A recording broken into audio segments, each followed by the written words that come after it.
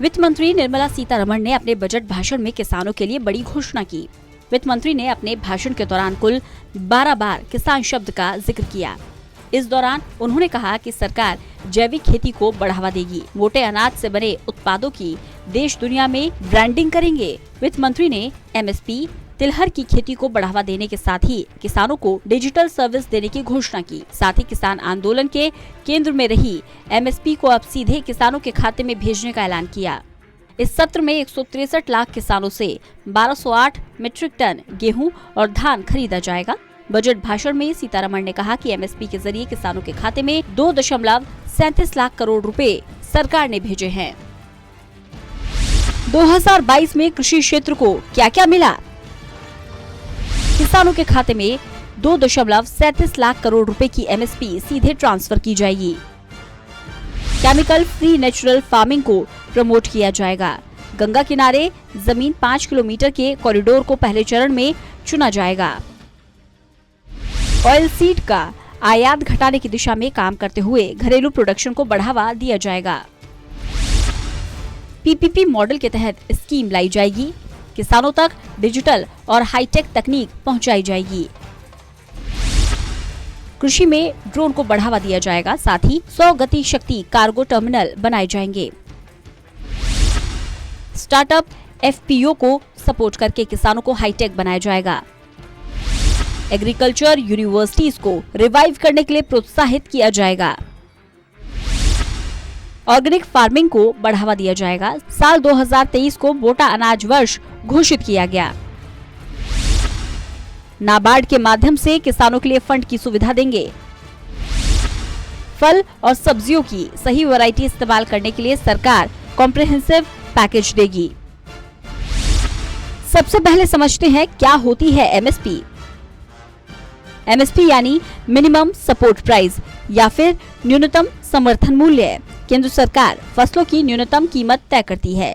इसे ही एमएसपी कहा जाता है। अगर बाजार में फसल की कीमत कम भी हो जाती है तो भी सरकार किसान को एमएसपी के हिसाब से ही फसल का भुगतान करेगी।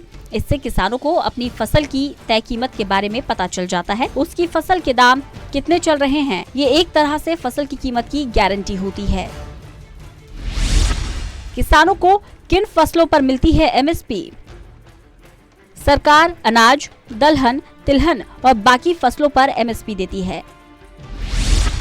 अनाज वाली फसलें धान, गेहूं, बाजरा, मक्का, ज्वार, रागी, जौ। दलहन फसलें चना, अरहर, मूंग, उड़द, मसूर। तिलहन फसलें सोयाबीन, सरसों, सूरजमुखी, तिल, नाइजर या काला तिल, कुसुम। बाकी फसलें गन्ना, कपास, जूट, नारियल।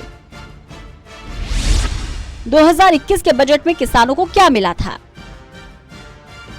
फरवरी 2021 के बजट पर किसानों की खास नजर थी, क्योंकि उस वक्त किसान कानून के खिलाफ करीब 2 महीने से तमाम किसान प्रदर्शन कर रहे थे।